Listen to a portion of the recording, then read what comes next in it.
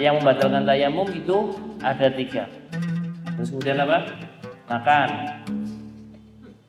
minum. Hah? Ya. Batal apa enggak makan minum? Najis itu bisa menjadi suci. Ada najis yang bisa disucikan.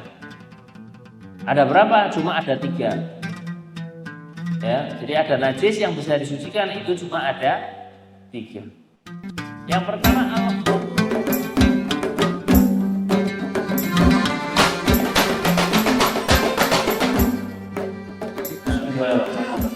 Rasulullah kita tayam salatatun ma'afal wudu uridah mutawaffa ma'in tayam mal-fakih Rasul alladhi yadhuna najasat thalatha aqam idza takhallalat nafsiha wa jidu maidati idza dubih wa masara hayawana. Bismillahirrahmanirrahim. Alhamdulillahirabbil alamin wassalatu wassalamu ala asyrofil anbiya'i wal mursalin sayyidina Muhammadin wa ala alihi wa sahbihi ajma'in. Subhanaka la ilma lana illa ma 'allamtana innaka antal alimul hakim. Rabbi shrah li sadri wa yassir li amri wahlul 'uqdatam min lisani yafqahu qawli. Amin amin ya rabbal alamin. Alhamdulillah ikhwani rahimakumullah. Kita telah membaca daripada qasidah Burdah pada malam Sabtu ini. Mudah-mudahan kita semua tidak keluar dari majelis ini insyaallah diberkahi oleh Allah Subhanahu wa taala. Segala penyakit kita disembuhkan oleh Allah Subhanahu wa taala dan berkah daripada madhin Nabi. Semua hajat-hajat kita dikabul oleh Allah Subhanahu wa taala. Amin amin ya rabbal alamin. Kemudian ikhwani rahimakumullah, kita memasuki fase yaitu tentang hal-hal yang membatalkan tayamum. Yang membatalkan tayamum ini ada 3. Ya. Yang membatalkan tayamum itu ada 3. Yang pertama ma'abtalal wudu, sesuatu yang membatalkan wudu. Nah, yang membatalkan wudu ingat apa enggak? Ada berapa? Ma'abtalal wudu.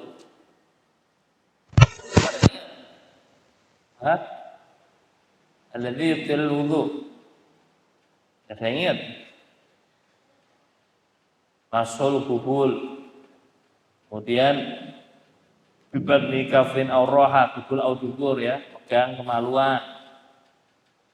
Kemudian bersentuhan laki perempuan. Kemudian kentut ya. Keluar sesuatu daripada ahadits sabilain. Kemudian zawalul akal 4. Terus kemudian makan, minum. Ya. Batal apa enggak makan minum? Ustaz Ta'in. Batal mboten? Batal makan minum. Khilaf ya, makan sama minum khilaf antara mazhab 4 siapa?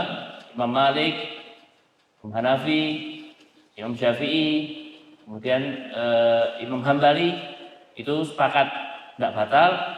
Syekhuna Ta'in mengatakan makan sama minum batal. Terserah panjenengan berarti derek al-mustahidin atau Syekhuna Ta'in. Makan dan minum itu tidak ya, tidak batal. Kecuali kalau makannya sama kentut, nah itu batal. Ya, makannya sama kentut batal. Jadi maaf kalau wudu, sesuatu yang membatalkan wudu juga sama seperti yang membatalkan tayamum. Ya, sudah dijelaskan maaf kalau wudu yang wudu sudah dijelaskan dengan terang benderang. Kemudian warrijah, yang berikutnya adalah murtad. Nah, kalau ada orang yang murtad, tayamumnya batal. Jadi kalau dia wudunya tidak batal. Kalau ada orang murtad dia tayamum, kemudian dia mengucapkan riddah, murtad itu bukan hanya ya di garis malam Senin kan sudah dibahas riddah murtad itu ada bil ghalib, ada bil fi'lin, ada bil i'tiqad.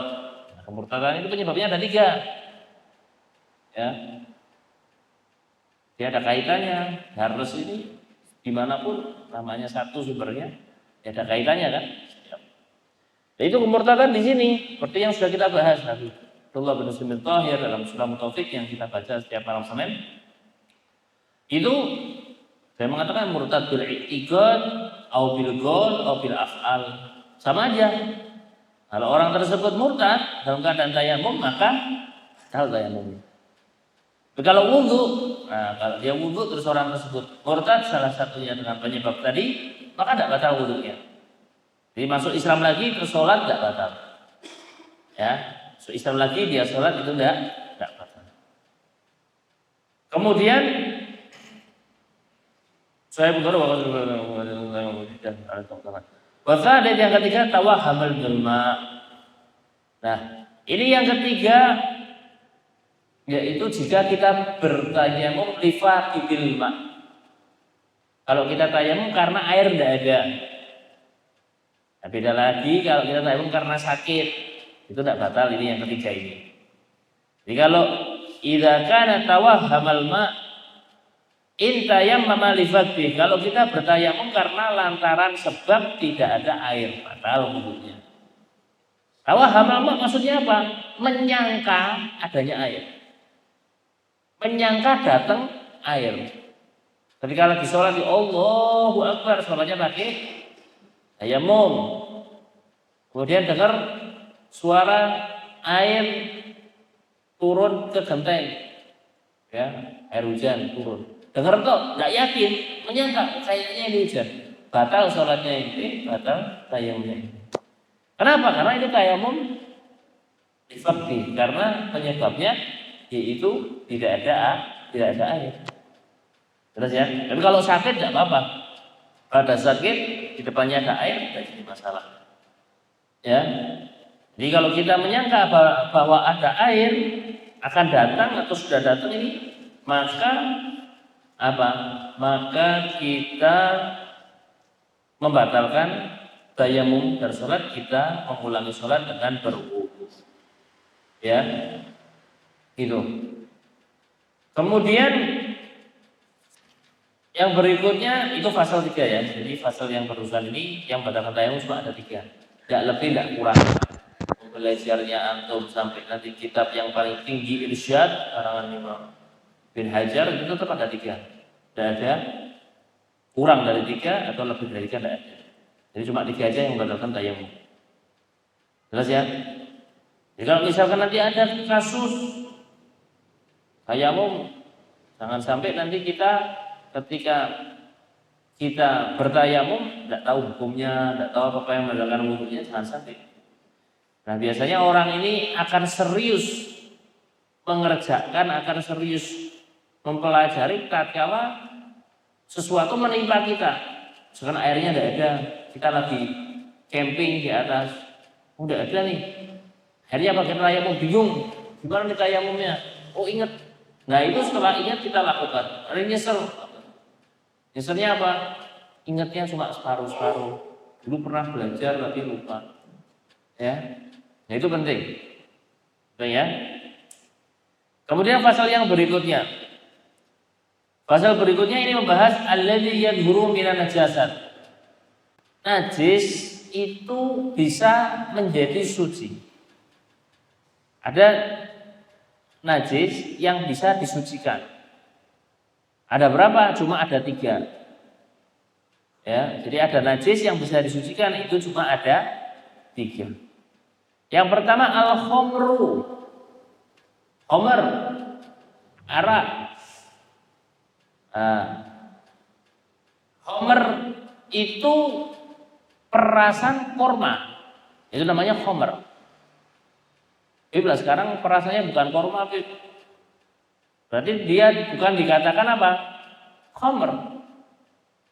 Atau merek-merek yang ada misalkan, atau ada arak Bali, ada arak Betawi ya. Nah itu bukan perasan korma itu, perasan apa?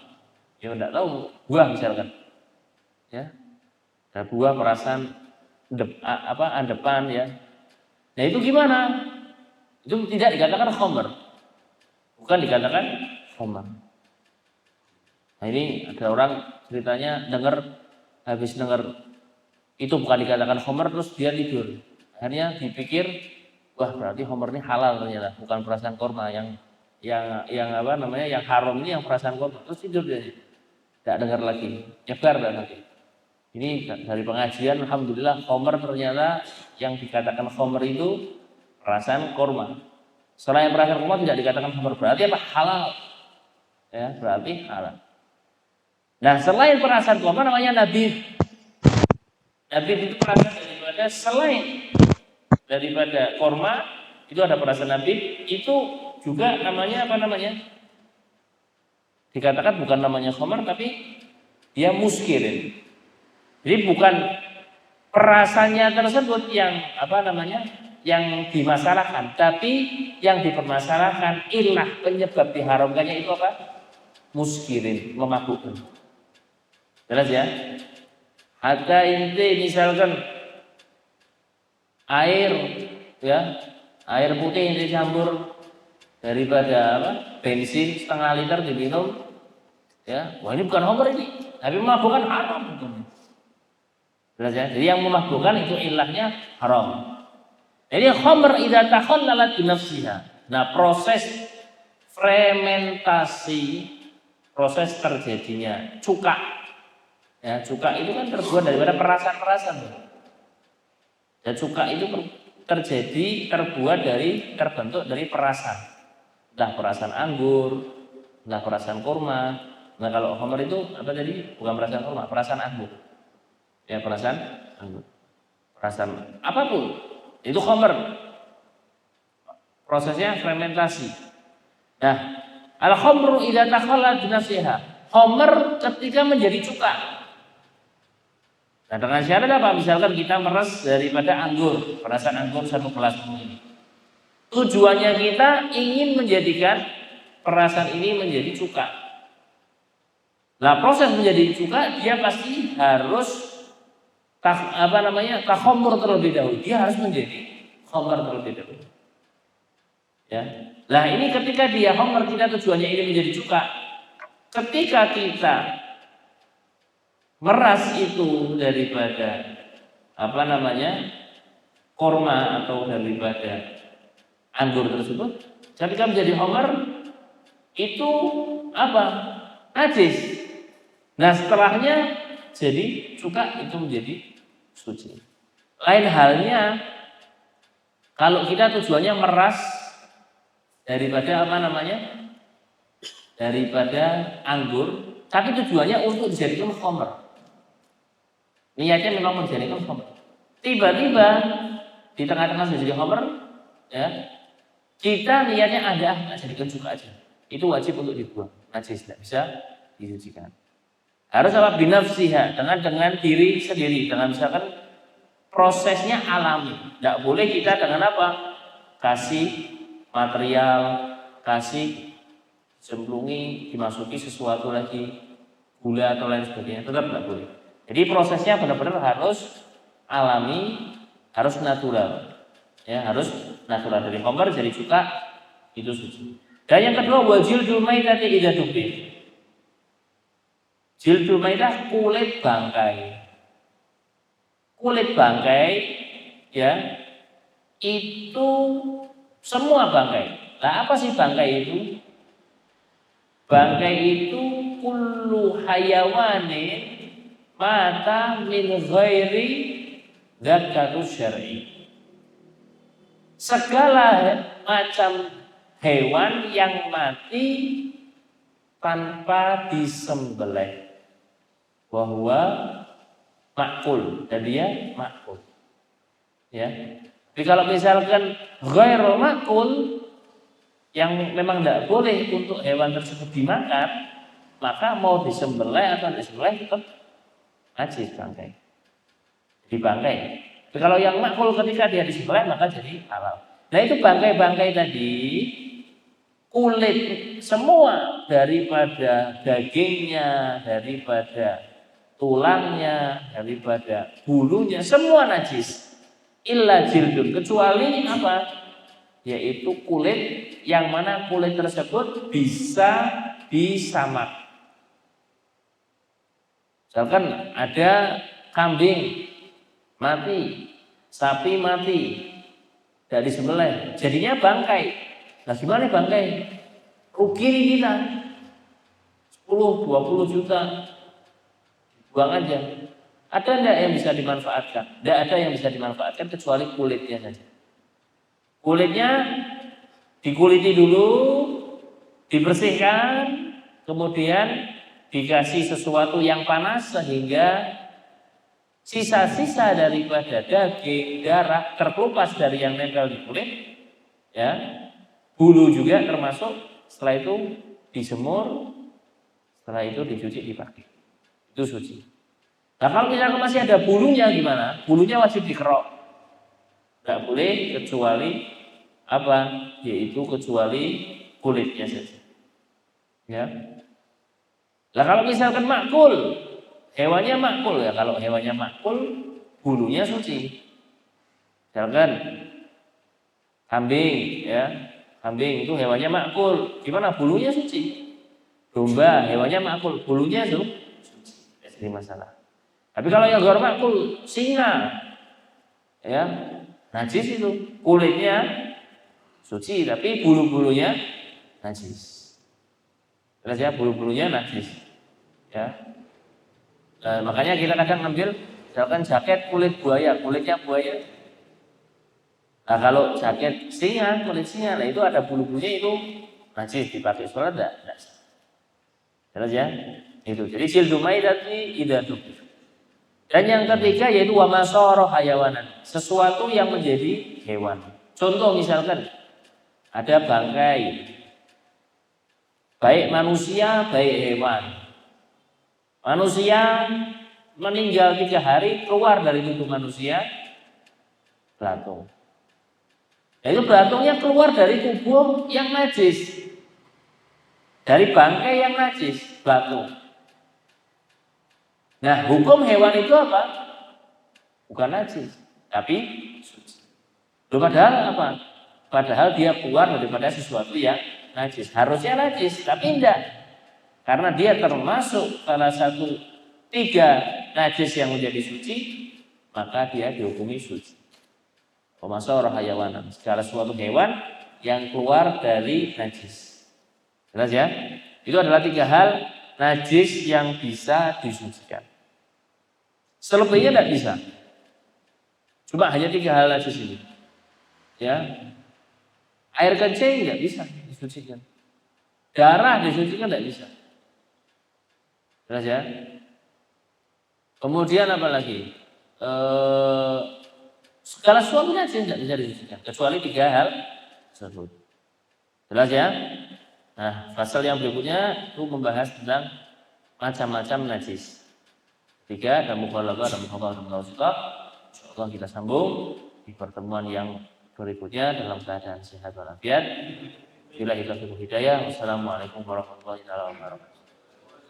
Ya Rabbana i'tarafna bi annana i'tarafna wa annana asrafna ala laqwa ashrafna fatub alaina taubah taghfir li kulli haubah wastur lana awrati wa aminir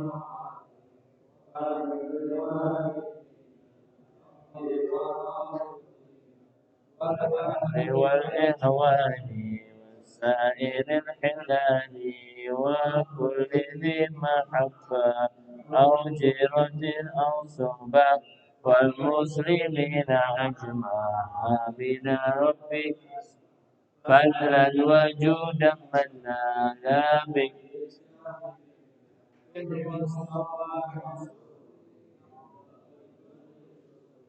صلى وسلم ربي عليه عند الحبي وآله وصحبه عدد تخصيص صحبه والحمد لله بالبدء والثاني والحمد لله رب العالمين.